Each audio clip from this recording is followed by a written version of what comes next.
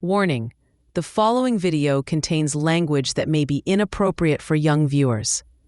Viewer discretion is strongly advised. Thank you. Sponsored by Stay Faded Barbershop and Salon, 488 Tompkins Avenue, Staten Island, New York, 10305.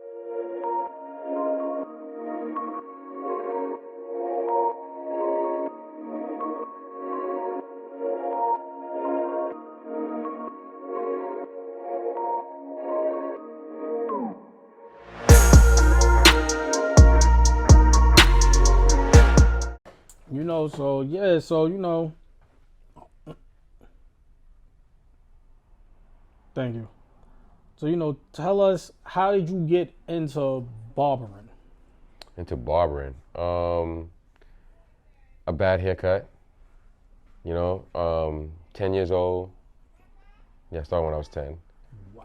And a bad haircut, man. Like, my mother thought it was cool thought it was gonna be cool, like, you know what I mean? Cause I never went to a barbershop before, so she thought I wanted to get the flat top like everybody else and whatever, but she tried to do something and it didn't work. And for a week of teasing and everything in 1 week, So after that week, I went to, that Friday, right after school, I just went straight to the barbershop. I was getting allowance every week. So, I got a $20 allowance. So, my mother, they used to hook me up, so I used to save it. I saved everything, so I just went but a haircut was $5 back then. So I went to the barbershop, sat in there and waited for like 9 hours. Like it's just that when I walked, I'd never been in a shop before, so the smell got me. And I'm an artist, I could draw, so it's like the process of watching them doing a haircut was nothing different of like the process in drawing. So I'm just watching the process, and I'm like, I could do that. You know what I mean? Like right then on the spot, like I could do that. And then the first, how the first barber is and whatever. So the first barber was actually it wasn't. The second barber was the owner, Ishmael, right there on Cypress Avenue in the Bronx. And when I saw everybody doing their thing and saw the last guy and everything like that, and I was just watching the process of everybody doing everything, but everybody did it a little different. So I just sat there and I watched everybody cut hair for 9 hours. Wow. Like my mom said, they said it was going to send the police for me because they didn't know where I was. Wow. So I sat there, and then when I finally it was nobody in the shop anymore, and then it was the last barber. But I just like, I don't care. Anything is better than this, what I got right now. You know what I mean? So he hooked it up though, and back then they was quick with the straight razor, everything. It was a Puerto Rican barbershop, you know what I mean? Oh yeah. So in the Bronx is like that. Like it was black or Puerto Rican. That's it, So I saw everything, and then when I got home, I went home and I told all my friends, I'm a barber. You know what I mean? I just told them I was a barber real quick, and then that weekend I was so hyped that I found a shaver. That one side could give you like a line, and the other side could shave the face, and that's it. It ain't supposed to shave up here, so it could just shave the face. So I knew one side could do the line, could get me what I wanted, because I just knew the end result of how the haircut was supposed to look, and I saw the process already. So I'm like, I could do that.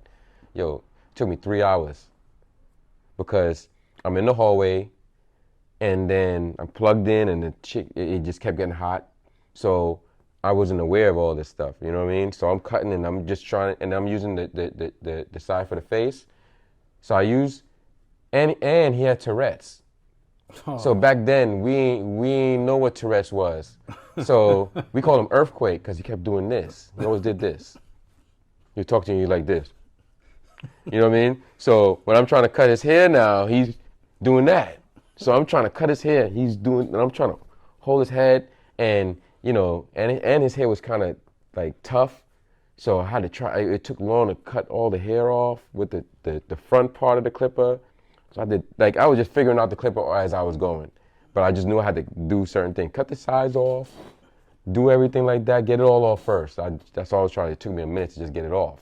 Then the fader for the face, it couldn't even fade. It just takes off the hair a little bit. You know what I mean? So I had to keep tapping. Oh, wow. And he had a flat top, so I had to keep tapping right there, all the way around, just tapping, go up, because it would pull the hair. So I'm tapping until I just got a fade. You know what I mean? That's why it took 3 hours. Had to do it manually. Manually. And then once it was done, it was tight, like from what I remember, because the next day after that, we had to, so Sunday, I cut him Sunday, so we had to go to school on Monday. Went to school, I was like, yo, when you get out of school, meet me at the arcade, because everybody went to the arcade. And that's how I learned, I learned marketing right there. So I said, just meet me after school, because we didn't go to the same school. So, and then he lived up the block though. I live on 135th, he lived on 136. So after I finished school, I could walk home. I went to the game room. I went to the game room, then I went around to the block and waited at his house for him. Because I wanted to walk around with him. You know, like I did that. So went to his house, got him, and then we walked around the corner to the game room and we started playing the game together. So Earthquake never got a haircut. Never. So when they saw his hair was fresh, they was like, who cut your hair? Ishmael? Because everybody go to either barbershop. You know what I mean? And the projects is either Mitchell Projects or Millbrook Projects. You know? So Millbrook is close, you know, that's a lot of kids in Alexander Burger and all this other store, like, you know what I mean? That area. It's like almost like gangs in LA, you know what I mean? This area went here and this area went here. So we in the store and they, where'd you Ishmael? And then when he saw, no, Jomo. I'm playing the game like this. Excited inside, yes, he said my name, and the whole shop just, all the games are so loud, but he said my name, everybody just, Jomo? Mind you, I'm 10. You know what I mean? Jomo? Nah, I ain't Jomo. Yeah, Jomo, come out here. You just keep playing. But nonchalantly, and then everybody and they started looking at his haircut. Nah, Jomo didn't. I was like, yeah, I did that. Come on, man. And then I cut my brother, and then I cut my cousin. Then my father came home.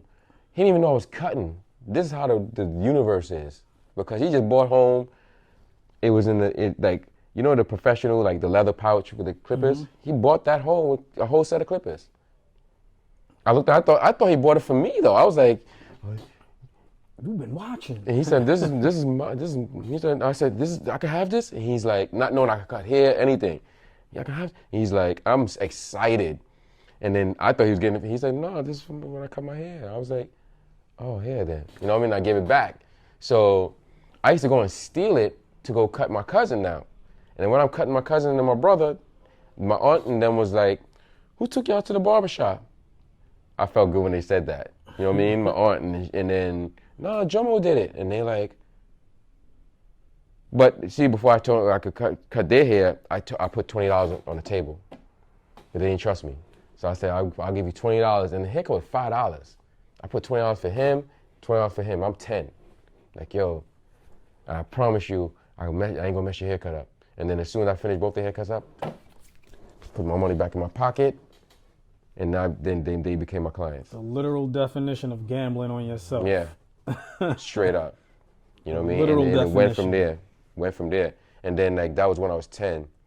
By the time I was 12, spring would come, and you know how Easter Sunday, everybody got these new gears on. Easter, you was killing them on Easter. Yo, and I ain't make no money. I never used to charge. You know what I mean? I never made no money off it. All those years, for those 2 years, I was just cutting. And just cutting everybody. So one summer, everybody saw, like everybody was just fresh. But the crack baby kids, you know what I'm saying? I don't know how to say it, but they didn't get money. You know what I mean? Like they couldn't afford a haircut. So I cut their hair.